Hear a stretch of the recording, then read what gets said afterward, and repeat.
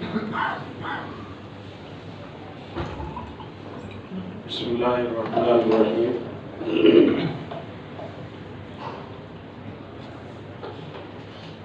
یہ بات طے ہے کہ ہمیں اپنی زندگی میں پیش نظر ہر اقدام میں اللہ پاک کی رضامندی رکھنی ہے۔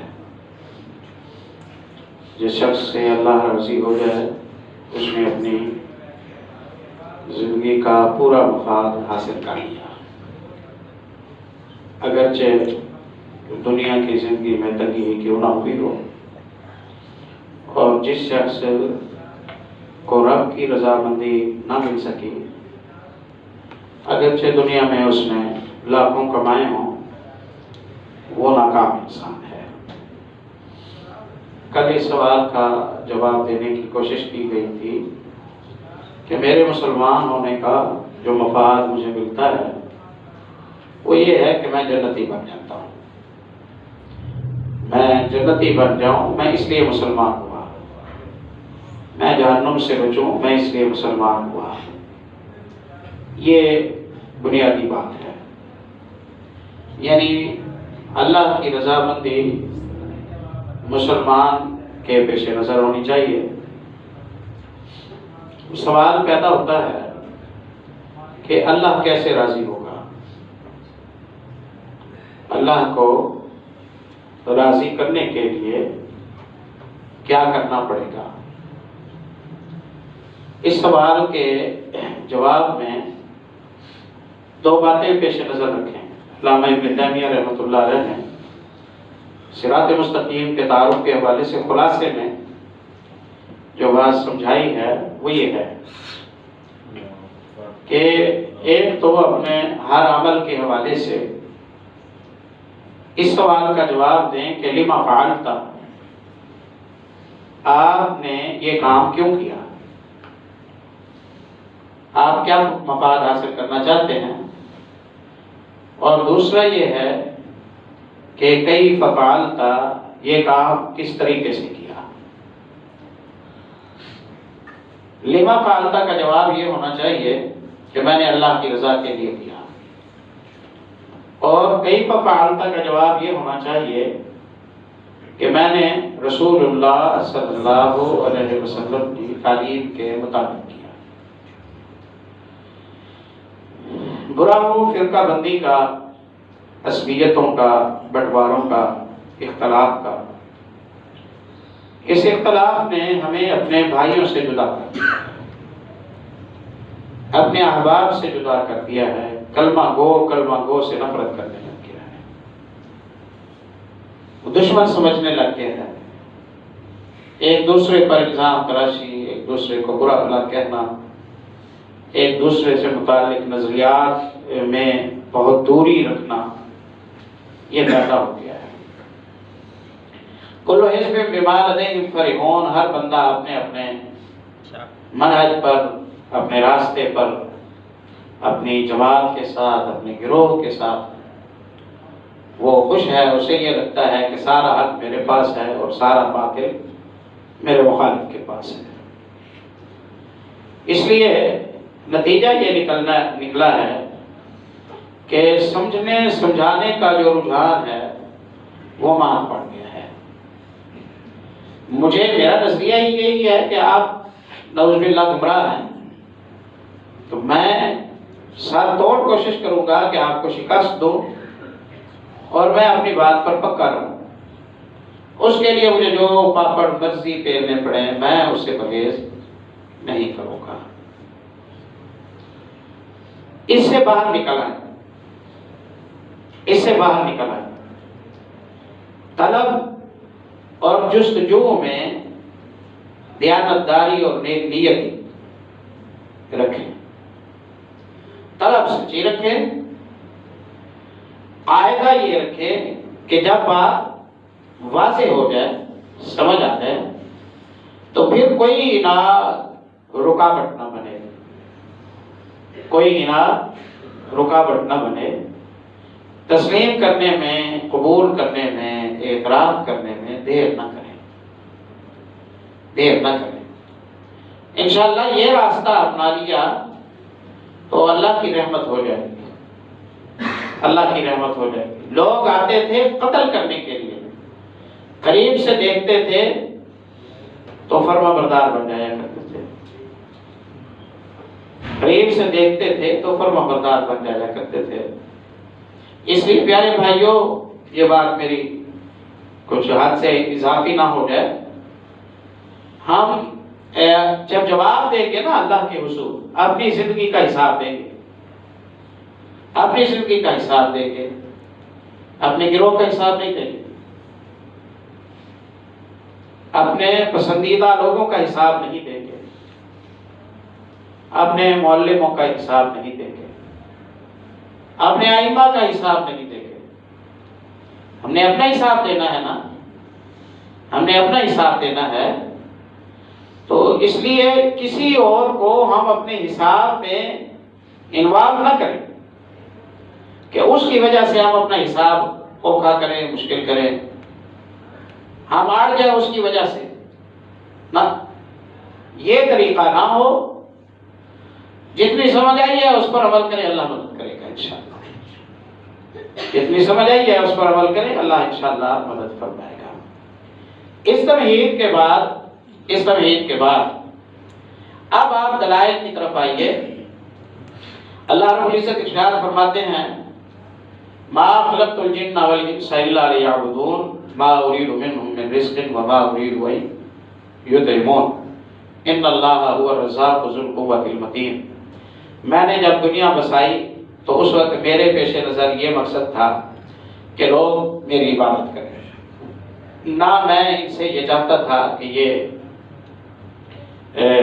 کمائیاں کریں، اور نہ میں ان سے یہ چاہتا تھا کہ یہ مجھے کما کر کھانا کھلائیں۔ اللہ رزق دینے والا ہے اور وہ قوت والا ہے اور وہ بننے والا ہے۔ آیت یہ کہتی ہے کہ ہمیں بندگی کے لیے پیدا کیا گیا، آیت یہ کہتی ہے کہ ہمیں بندگی کے لیے پیدا کیا گیا۔ بندگی کیا ہے؟ عبادت کسے کہتے ہیں؟ علماء عقیدہ کہتے ہیں ہوا اسم جامع لکل ما یرضی اللہ من قول او فعل۔ عبادت اللہ کو راضی کرنے کا ذریعہ ہے۔ ہر وہ ذریعہ، ہر وہ سبب، ہر وہ وجہ جو آپ کو اللہ کی رضامندی تک پہنچا دے وہ عبادت ہے۔ ہر وہ ذریعہ جو آپ کو اللہ کی رضامندی تک پہنچا دے وہ عبادت ہے۔ اب اللہ کی رضامندی تک پہنچانے کے لیے ہمیں وہ ذرائع کہاں سے ملیں گے؟ ہمارے لیے وہ ذریعہ اللہ نے خود چنا ہے، محمد رسول اللہ صلی اللہ علیہ وسلم۔ ان کنتم تحبون اللہ فاتبعونی یحببکم اللہ۔ اگر تم اللہ سے محبت کرنا چاہتے ہو تو لوگو تم میری پیروی کرو، اللہ تم سے محبت کرنے لگے گا۔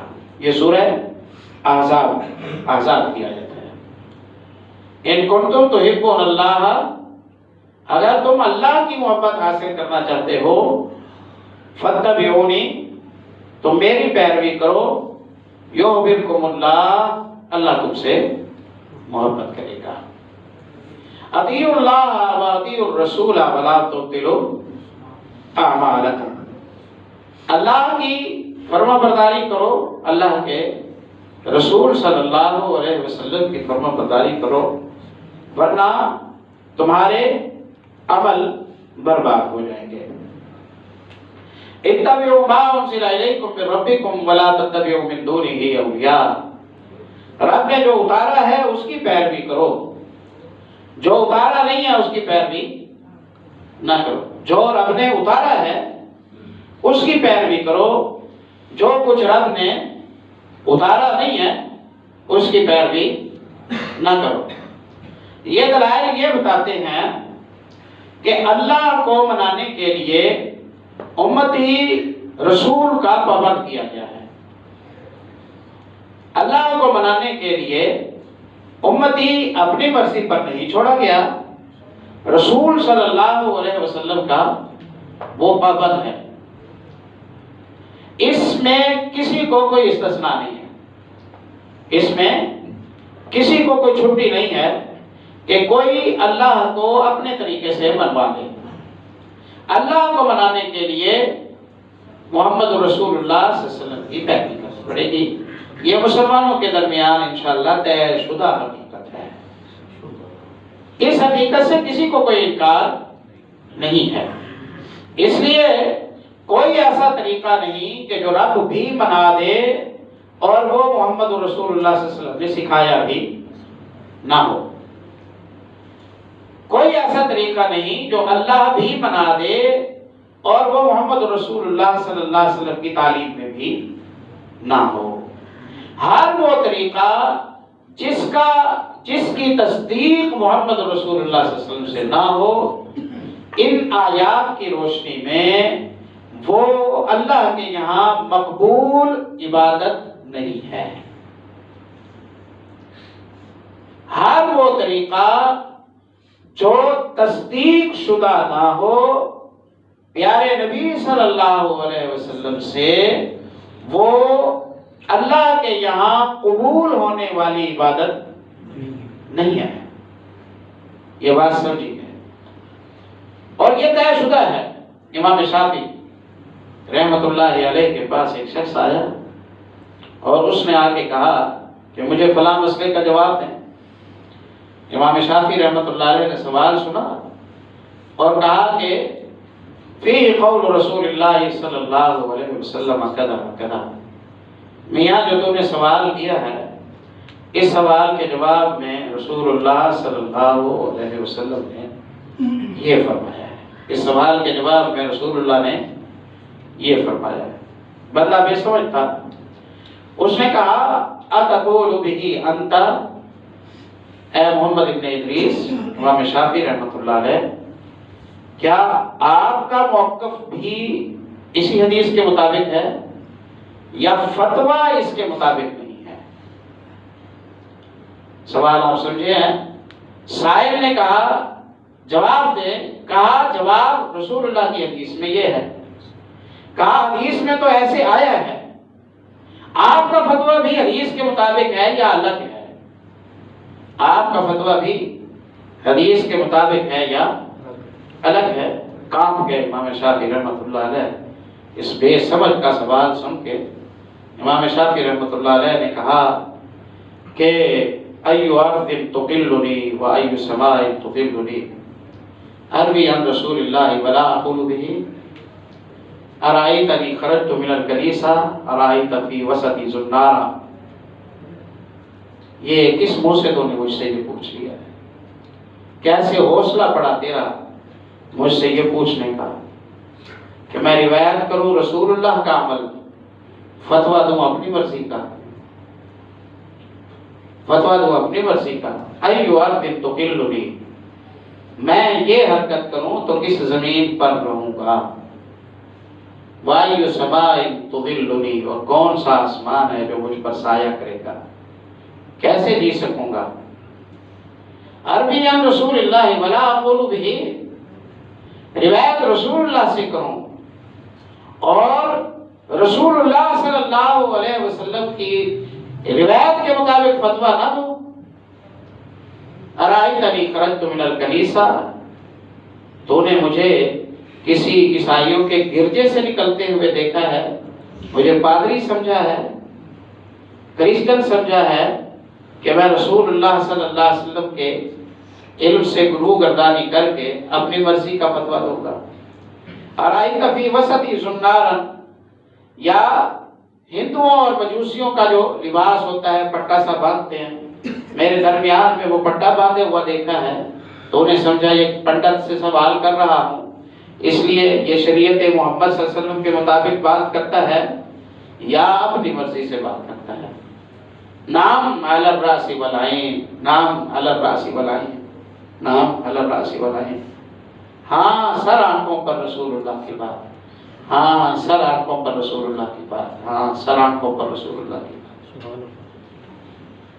پھر فرمایا اور اپنے شاگردوں سے کہا کرتے تھے، وہ کہا کرتے تھے کہ ہر وہ فتویٰ جو میں نے دیا اور پیارے نبی صلی اللہ علیہ وسلم کی موافقت میں وہ نہ پڑا، میری لا علمی کی وجہ سے، میری اپروچ کی وجہ سے، میری معلومات کی کمی کی وجہ سے میں نبوی طریقے تک نہ پہنچ سکا، تو انا راجع عنہ فی حیاتی و بعد مماتی، میں نے زندگی میں بھی ایسے ہر فتوے سے ہاتھ کھڑے کر لیے ہیں، معذرت کرتا ہوں، اور اپنی موت کے بعد بھی میرا ان فتووں سے رجوع ہے جو میرے فتوے رسول اللہ کے مطابق نہ پڑے ہوں۔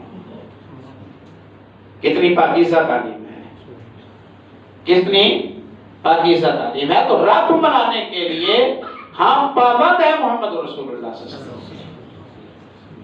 جرم جیسے چوری چکاری ہے، ویسے جرم طریقہ نبوت سے لاپرواہی برتنا بھی ہے۔ امام مالک رحمۃ اللہ علیہ کے پاس بندہ آیا، عمرے کا ارادہ ہے، کہا بسم اللہ جاؤ، کہا احرام کہاں سے باندھو؟ مدینے میں بیٹھے تھے، کہا ذوالحلیفہ پہنچو، وہاں سے احرام باندھو، نیت کرو اور روانہ ہو جاؤ۔ کہا میرا جی چاہتا ہے روضہ رسول کے پاس سے مسجد نبوی ریاض الجنہ سے احرام باندھوں، میرا جی چاہتا ہے کہ میں یہاں سے احرام باندھوں، میں یہاں سے احرام باندھوں اور پھر میں یہیں سے نیت کر کے چلا جاؤں۔ امام مالک رحمۃ اللہ علیہ نے کہا اخشى علیک الفتنہ، تیرا جی چاہتا ہے اگرچہ رسول اللہ نے ذوالحلیفہ پر احرام باندھا، تیرا جی چاہتا ہے تو ریاض الجنہ سے احرام باندھے؟ کہا اخشى علیک الفتنہ، مجھے تیرے ایمان کی فکر ہے، مجھے فکر ہے کہ تو کسی فتنے کا شکار ہو جائے گا۔ کہا ایت فتنۃ تخشاها وقد ازید امیالا، حیرانگی کی بات ہے، آپ کس فتنے سے ڈرتے ہیں؟ میں تو مشقت بڑھا رہا ہوں، میں تو میل بڑھا رہا ہوں، وہ کمی تھوڑی کر رہا ہوں، اضافہ ہی تو کر رہا ہوں۔ کہا کہ ہاں، جو رسول اللہ کے طریقے سے بڑھائے وہ بھی فتنے کا شکار ہوتا ہے۔ کہا ثبوت دیں؟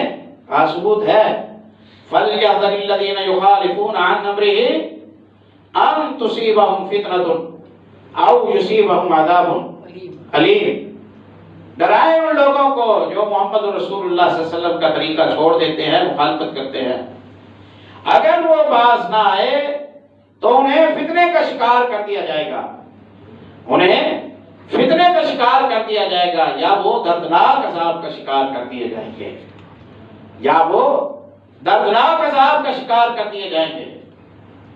ابھی آپ فطرانہ دیکھیں نا، نبی کریم صلی اللہ علیہ وسلم کی بخاری میں عبداللہ ابن عمر رضی اللہ تعالیٰ عنہ کے حوالے سے حدیث، فرض رسول اللہ صلی اللہ علیہ وسلم زکوٰۃ الفطر،